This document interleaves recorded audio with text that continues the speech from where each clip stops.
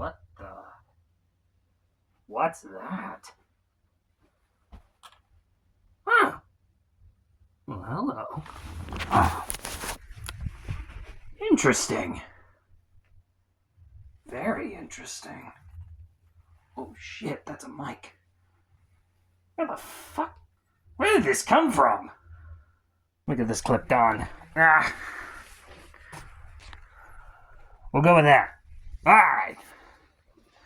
Here we go. I like this. I like this a lot. Heck yeah. Ah. This is interesting. What the fuck should I do? Ah! I know exactly why they probably have this. And I've got to talk about some stuff. If you're a little confused, I am too. I just kind of found this on the ground and not sure why it's in my abode. Here we are. But, while you're here, might as well talk about a few things. Probably need to be explained for future reference. See, I've seen it recently. Come across a set of symbols. A sort of weird language with it, where each symbol has a different meaning, and I somehow know the meanings. And I even noticed that I have one of the symbols here, weirdly enough. With that in mind, I think I'm going to go through each one of them, and I'm just going to talk about them. I'm going to talk about the ideas, the concepts. Might as well. Maybe it will spark an interesting discussion. But, with that in mind, let's get started with our first one. The connection. It's a pretty self-explanatory one. It represents the connections, both actual connections and physical, mental, spiritual, if you believe in that kind of thing. But the interesting thing about connections is there's a lot of them, and there's ones that we don't even think about. Usually, these kind of connections, they cause a certain effect. The butterfly effect, as people would call it. Essentially, the butterfly flaps its wings and somehow a tsunami happens. Now, does that actually happen?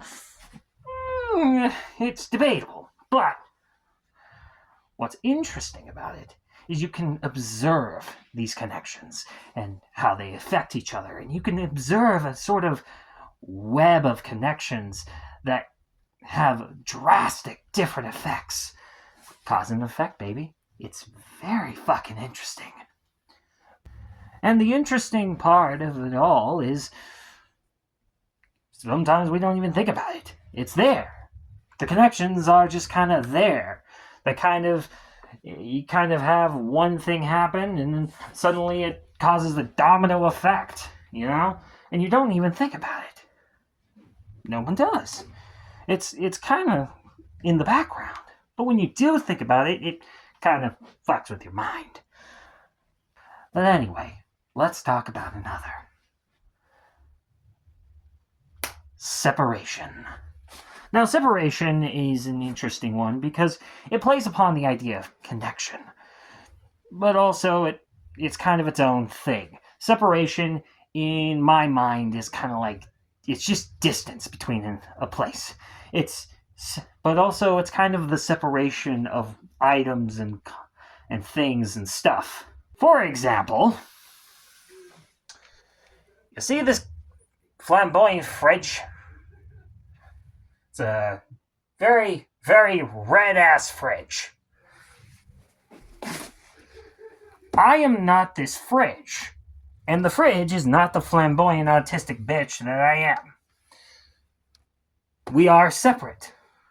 And that's pretty important, because those distinctions are what make me, and the fridge,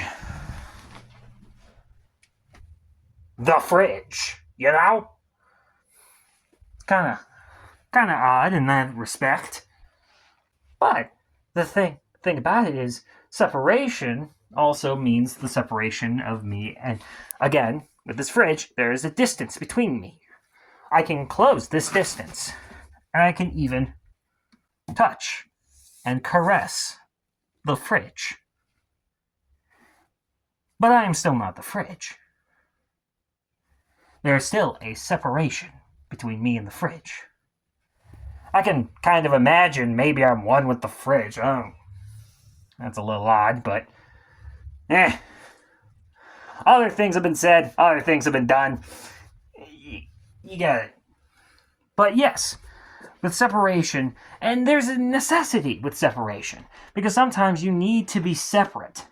You need that separation, because if you are one with everything, if you are, it's kind of like the idea that if you're one with everything, then you are everything and nothing all at once. You'll kind of lose the idea of identity.